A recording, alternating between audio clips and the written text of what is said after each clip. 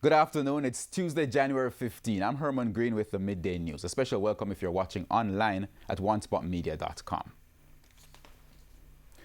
The government's decision to reject an offer from a company to buy the state-run oil refinery Petrojam is receiving the backing of the parliamentary opposition. Yesterday, Foreign Affairs and Foreign Trade Minister Senator Kamina Johnson-Smith said the offer was made by the unidentified company to the Petroleum Corporation of Jamaica. However, she said the government did not think the offer was genuine. Opposition spokesman on energy, Philip Paulwell, says the right decision was made. He believes the oil refinery should continue to be government-run. I have always been wary of companies in the private sector that have expressed interest in ownership of Petrojam. My own view is that many of these companies are not keen on the expansion and upgrade of Petrojam, nor would they be willing to make those investments. I believe that a private sector company that is interested in Petrojam might only be interested to have the facilities there for a terminal for finished products, and that we could very well see the closure of Petrojam if it be divested to the private sector. Residents and business interests in the resort town of Ocho Rios in St. Anne are this afternoon up in arms over the protracted time it's taking for road work on Main Street in Ocho Rios to be completed. On December 4 last year, the Urban Development Corporation, UDC, which has the lead role in the project, gave its assurance that the work on the Main Street would have been completed by mid-December in time for the start of the winter tourist season. However, the president of the St. Anne Chamber of Commerce says there has been no progress.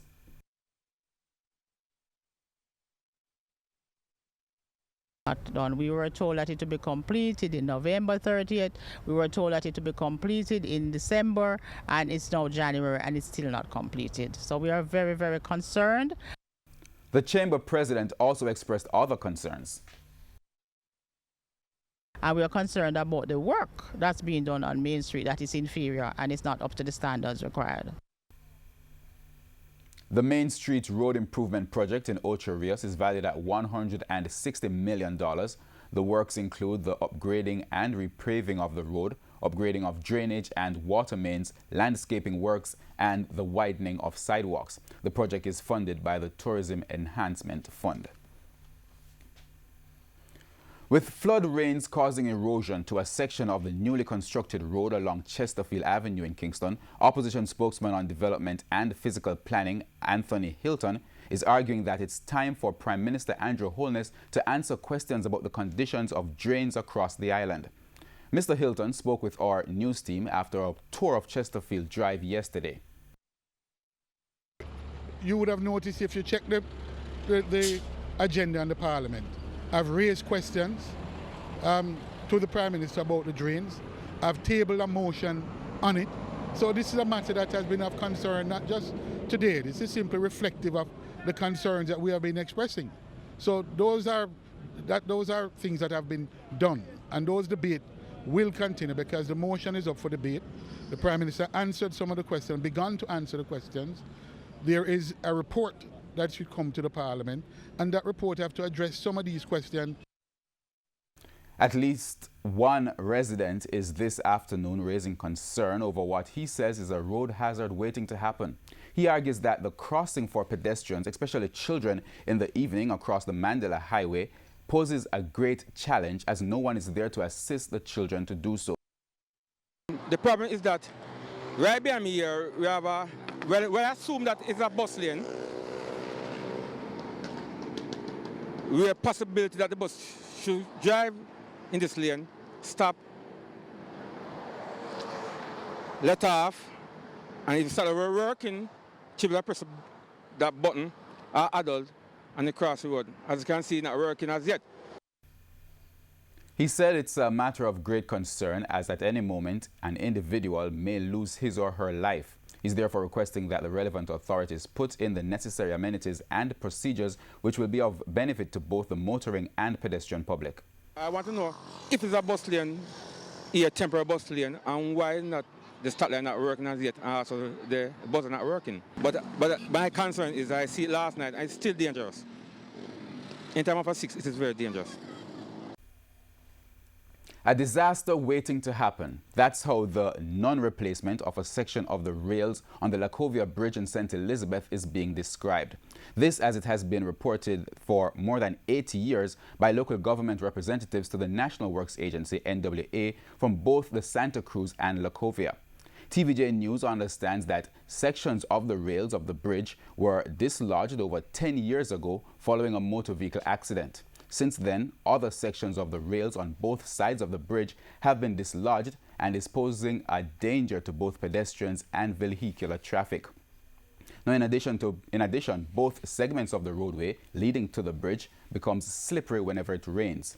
A former Public Works Department, PWD Superintendent of Works, Clarence Miller, has described the situation as a disaster waiting to happen, and contacts with the local NWA offices in St. Elizabeth have, however, revealed that numerous estimates have been requested and submitted. However, nothing has been done. The Laconia Bridge spans the Black River and its segment of the main road network along the south coast. A woman is among 5 persons charged with various offenses in relation to the murder of a Kingston businessman, Howard Aries, in December last year. Mr. Aries' body was found in a shallow grave on Terminal Lane in Old Harbour Bay, St. Catherine on December 16. Detectives say Mr. Aries was transacting business with persons in the area. However, a dispute developed and he was kidnapped, then killed when their demands were not met. Those charged in connection with the matter are 25-year-old Marvin Wright, otherwise called Skull, and Indian, 26-year-old Andrew Clement, otherwise called Bush, 28-year-old Andre Bailey, otherwise called Pa, 25-year-old Javine Simpson, otherwise called Kermain, and 26-year-old Rochelle Wright. They are facing 10 charges, including murder, conspiracy to murder, extortion, kidnapping, and illegal possession of a firearm and ammunition. The 5 will answer to the charges in the St. Catherine Parish Court on January 18. A review of Jamaica's overseas missions is being carried out by the Foreign Affairs Ministry. Foreign Minister Senator Kamina Johnson-Smith made the announcement at Monday's press conference at the office of the Prime Minister. The review comes in the wake of the decision to take control of Venezuela's stake in Petrojam and concerns about the impact on relations with other international investors. Since the announcement of plans to take control of Venezuela's 49% stake in Petrojam, there have been concerns about relationships with not only that country, but investors and potential investors from other states. But Foreign Affairs and Foreign Trade Minister Senator Kamina Johnson-Smith disagrees.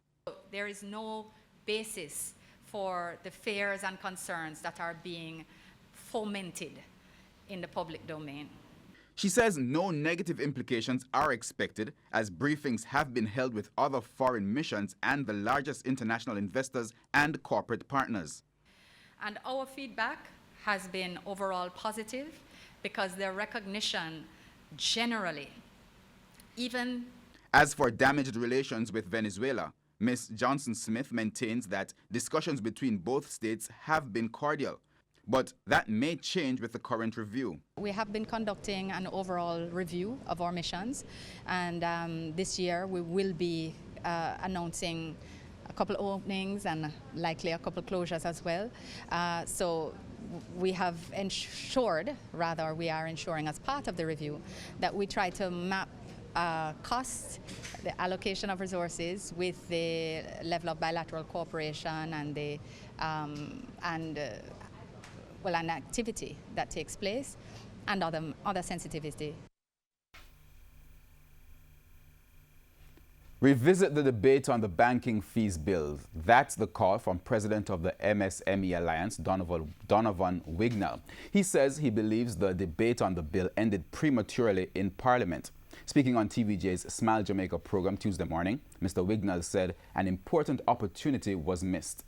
Political consideration aside, I think it was a game-changing piece of legislation. I think it should have been tweaked and engineered in such a way that, I mean, across the full spectrum of businesses and consumers in Jamaica, they wish we would have garnered some benefits. So I think it's something that should be revisited. Absolutely. And within that legislation, an entity should emerge that allows consumers at the very lowest level that kind of to have some means of recourse. Yes.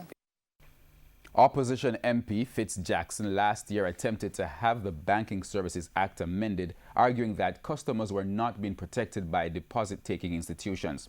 However, it was stopped by the government, as it said competition will have to drive down bank fees. In the meantime, another matter was raised by Vice President of the National Consumers League, Michael Diamond, which he says is of concern to the advocacy group.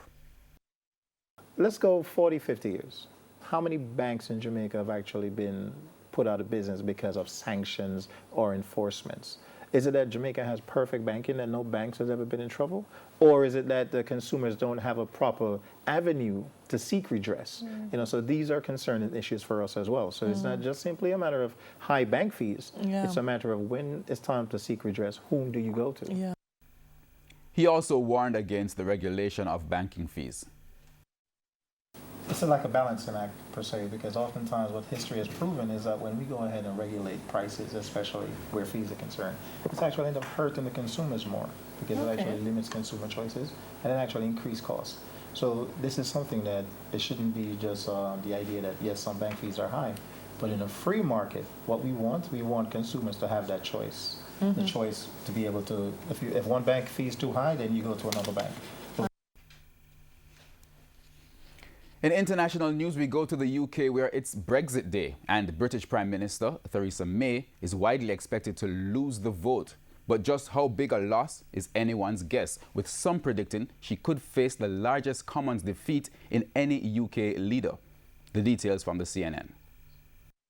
If Theresa May is defeated by more than 166 votes, it will be the biggest margin of defeat since 1924. And those numbers you were reading earlier go to that effect that it could be in that range. We're here at 10 Downing Street. There's a lot of excitement here, a lot of reporters. We're starting to see some members of the cabinet starting to trickle in for a cabinet meeting where likely Theresa May and her cabinet will be discussing what will happen in the likely event that this deal fails to pass. Now, according to a recent amendment passed in Parliament, she'll have to come back within a few days with an updated either deal or statement on what she plans to do next. But the margin of defeat tonight matters because if it's a slim margin, she might be able to go back to Brussels, might be able to ask for some extra concessions, especially on issues such as the backstop, the Irish border, and trying to avoid a hard border between Northern Ireland and the Republic of Ireland. If the margin of defeat is incredibly large, we might see her possibly going for a plan B, trying to change her deal, change her plan. Also, of course, there's the chance of a no-confidence vote tabled by Jeremy Corbyn and the Labour Party that could trigger a general election. A lot of these options of what might happen after a likely defeat tonight will probably mean that the deadline for when the UK actually exits the European Union, currently on March 29th, will have to be extended. And we go on to news and sports. 12 new players have been included in a 32-member squad called into a national senior women's football camp ahead of a friendly international against Chile. The camp will be based in St. Anne, starting on Wednesday of this week. TVJ's Karen Madden has more. There has been renewed interest in the Reggae Girls since their historic qualification to the World Cup in France in June. Now head coach Hugh Menzies has included 12 uncapped players to the 32-member squad called to camp. The majority of the new players are based overseas, but Terania Clark of Waterhouse FC has earned a look in. Most of the players who helped Jamaica advance to the World Cup have been recalled, but injuries have forced out the outstanding 16-year-old Jodie Brown and Trudy Carter, who plies her trade with AS Roma in the Italian League. The Reggae Girls will face Chile in Kingston on February 28 at the National Stadium and again on March 3 in Montego Bay. Well, you know, we have Chile coming up, which we kind of compare them a little bit with Brazil, just a style of play. And so we want to really bring in a squad that we want to narrow down. So it's important. So we're going to have 2 games with them. one in Kingston, one in Montego Bay. We want the entire Jamaica to come out and support us on that. And then obviously, you know, Chile has done well in their environment. A lot of their kids are playing in Europe, so it's going to give us a good barometer on where we're at. And we asked Coach Menzies about Shakira Duncan and Donna K. Henry, who are actively involved in past campaigns. Shakira Duncan hasn't reached out. I've reached out, but hasn't reached back to me. So to be honest with you, we're moving on. Donna K has reached out. The big proponent of that is that they have to be involved with some type of club, because the days of just training and hanging out and then coming to camp is over. I mean, we have a little different approach to things, because obviously we're getting ready for the World Cup, and most of the players that we're playing against are full-time pros. The team will have a training and media session in Kingston at the National Stadium on Friday, ahead of the RGR Gleaner Sports Foundation Awards ceremony, where Khadija Shaw is nominated for Sportswoman of the Year, and the Reggae Girls qualification to the World Cup nominated for the People's Choice Awards. Karen Madden, TVJ Sports. And that's the Midday News. I'm Herman Green. Join us at 7 for the Primetime News Package. On behalf of the News, Sports and Production teams, good afternoon.